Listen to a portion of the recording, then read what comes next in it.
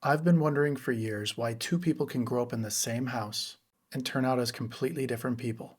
So I decided to do some research on narcissistic family systems to understand what's actually going on here.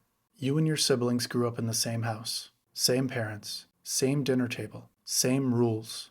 So why do you see the world so differently? That's because no child ever grows up in the same house. Psychologist Judith Rich Harris at Rutgers University found that no two children in the same family actually grow up in the same environment. Birth order, economic changes, and the age of the parents at different points in their lives means completely different childhoods can happen under one roof. But in a narcissistic authoritarian household, something else also happens. A narcissistic authoritarian parent is not just difficult or selfish. They are someone who rules the family through fear, control, and punishment. Their word is law. Questioning them is not allowed. Disagreeing with them is dangerous. The family learns one rule above all else. Go along to get along, or you're going to face the consequences. Love in this household is conditional. It is a reward for compliance. Obedience buys you safety. Disobedience gets you punished. And the punishment is not just from the parent. The whole family learns to enforce the punishment because they don't want to become the next target. The parent does not raise children. They manage them. Each child gets assigned a role based on one thing: how useful they are to that parent's ego and control. And once that role is assigned, the entire family system works to enforce it forever. Here are the 3 childhood rules a narcissistic authoritarian family needs in order to function. 1. The golden child. The golden child is the one who always seemed to have it easier. More praise, more protection, more forgiveness when things went wrong. Every achievement got celebrated. Every failure got explained away. From the outside, it looks like love. From the inside, it was a transaction. Psychologist Carol McBride, author of the book Will I Ever Be Good Enough, spent decades studying narcissistic family systems. She called this the golden child dynamic. The child is not loved for who they are. They are loved for what they perform, for how well they make the parent look good. So they learn the game early. Stay close to power. Follow the rules. Report back to the parent, and when someone steps out of line, make sure the parent knows about it. They are the hallway monitors, the ones who tell the teacher when someone is running in the hallway, and then smile when the kid gets in trouble. At first, they do it to survive. Siding with the authority figure means safety. Enforcing the rules means approval. Watching someone else get punished means they're not the ones getting punished. What starts as survival becomes their identity. They stop just enforcing the rules to stay safe. They start enjoying it. They learn to love watching people get punished. They get a rush from being on the side doing the hurting. They become the bully, not just the bully's assistant. Dr. Ramani Durvasula, clinical psychologist and professor at California State University, Los Angeles, found that golden children frequently develop narcissistic traits as adults: entitled, unable to empathize, convinced the rules exist for everyone but them. They grow up becoming the abuser, the controlling partner, the abusive boss, the parent who starts the whole cycle over again with their own children. And because cruelty feels like safety in that house, cruelty feels like safety everywhere they go. When a powerful person mocks someone, humiliates someone, punishes someone who stepped out of line, their brain does not feel disgust. It feels comfort. It feels familiar. It feels like home. That is why they're drawn to bullies. That is why they become the bully's most loyal defender. That is why when Trump mocks a disabled reporter or humiliates a political enemy, they don't look away. They cheer. Because their childhood taught them that this is what power looks like. And power is the only thing that ever kept them safe. They are the most susceptible people in the family to authoritarian leaders. And the cycle continues through them into the next generation. 2. The forgotten child. The forgotten child never got targeted. They got something worse. They got ignored. No praise, no punishment, no attention of any kind. They were simply not useful enough to bother with. The parent was too busy performing for the golden child and punishing the black sheep to notice them at all. Not consciously, but systematically, they made themselves invisible. They stopped asking for things, stopped making noise, stopped having needs that might draw attention. They faded into the walls of the house and learned to survive on nothing. Psychologist Carol McBride spent decades studying narcissistic family systems. She identified the lost child as the most neglected and overlooked role in the family. By the time these children are adults, they often cannot tell what they want, what they feel, or what they need, because nobody ever asked them. That type of neglect hollows a person out.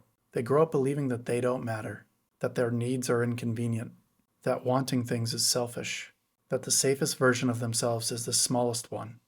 As an adult, the forgotten children gravitate towards partners who ignore them, bosses who overlook them, friendships where they give everything and receive nothing back, not because they enjoy it, but because it feels like the only kind of relationship they know how to be in. They are the ones who checked out of politics entirely, not because they don't care, but because they learned that engaging with anything powerful gets you noticed, and getting noticed was always dangerous. What they want most in the world is for someone to finally notice them, and they're still waiting. 3. The black sheep. If you grew up in a toxic household, you know what this means. You are the target, the scapegoat. Authoritarian family systems require 3 roles: the enforcer, which is the authoritarian parent, the loyalist, which are the golden children. They conform and are trained to be instantly obedient, and the scapegoat, someone to blame when things go wrong. The black sheep was the one they picked on, the one who was always wrong, the one who was always too sensitive, always the problem. Psychiatrist Murray Bowen at Georgetown University spent decades studying how families assign roles to maintain their dysfunction. He found that authoritarian households need a scapegoat to function. They need someone to dump all their dysfunction onto, so everyone else can pretend that everything is fine. So you become the person who is blamed for everything. The parent trained other family members that if you got punished, it was acceptable for them to join in. They ganged up on you. They learned that hurting you got rewarded, so you were not just dealing with one toxic parent. At times, it was the whole family. Because if they didn't join in, they became the target as well. Nobody wants to get hurt. Nobody wants to feel like they don't belong. So they participated. They became complicit. The loyalty test got enforced on everyone in that house. And they didn't pick you because you were weak. They picked you because you had things that threatened their system. Empathy for others, which they saw as weakness. Curiosity that threatened their control. The ability to question things they needed to crush. They tried to hurt you until you complied, till they broke you, but you never did.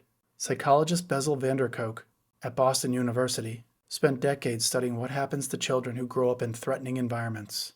They develop a trauma response where their brain never stops scanning for threats, lies, and manipulation.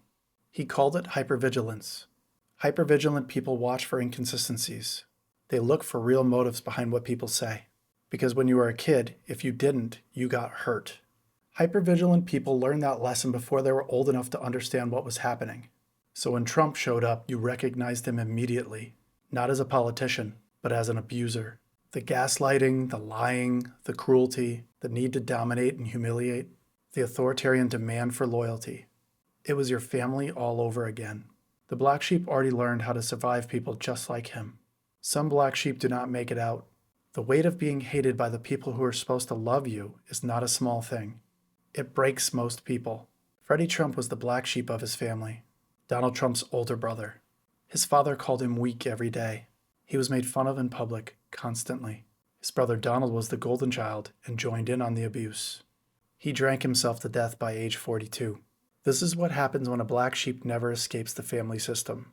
When they stay close to the family that's abusing them, the abuse follows them everywhere they go, and they never find their way out.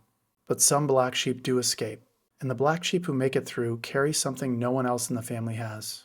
That hypervigilance, the brain that never stops scanning, never stops watching, never stops looking for the gap between what someone says and what they actually mean. It's both a blessing and a curse, exhausting to live with, but makes the person impossible to manipulate. The black sheep was not the problem in the house. They were the only one telling the truth. The golden child is still performing, still cheering for whoever promises to protect them from the people they were taught to fear, still becoming the abuser in every room they walk into. The forgotten child is still disappearing, still waiting for someone to finally notice them, still accepting less than they deserve.